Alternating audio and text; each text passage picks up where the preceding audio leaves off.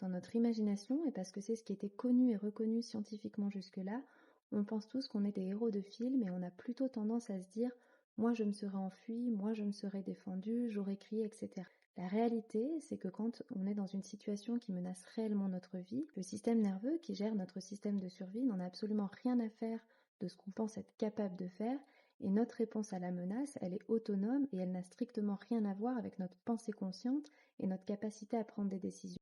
Quand notre système nerveux détecte un danger, il répond par la mobilisation, cet état qui nous permet soit de fuir, soit de combattre. Mais face à un stress extrême, face à une situation qui nous fait penser que nous pourrions mourir, notre corps peut se figer, se dissocier, voire s'éteindre avec des pertes de connaissance.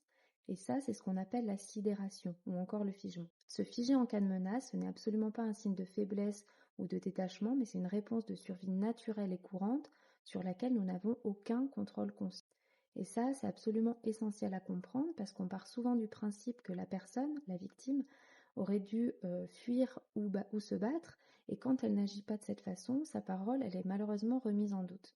Alors ce qu'il faut retenir, c'est qu'il existe d'autres réponses possibles et que se figer, se fermer, se dissocier, c'est une réponse qui est naturelle et physiologique. Alors non, on ne lutte pas et on ne fuit pas forcément, et l'absence d'une telle réaction de la part d'une personne, ça n'en fait pas moins une victime. Au contraire, la sidération, elle indique malheureusement souvent que nous avons fait face à un événement particulièrement terrifiant qui a mis notre vie en danger, ou en tout cas qui a été interprété comme tel par notre système nerveux. Alors si vous éprouvez un sentiment de honte ou de culpabilité quant à votre comportement, sachez que vous n'y êtes pour rien, que ce n'était pas votre décision ni de votre faute. Vous n'êtes pas seul.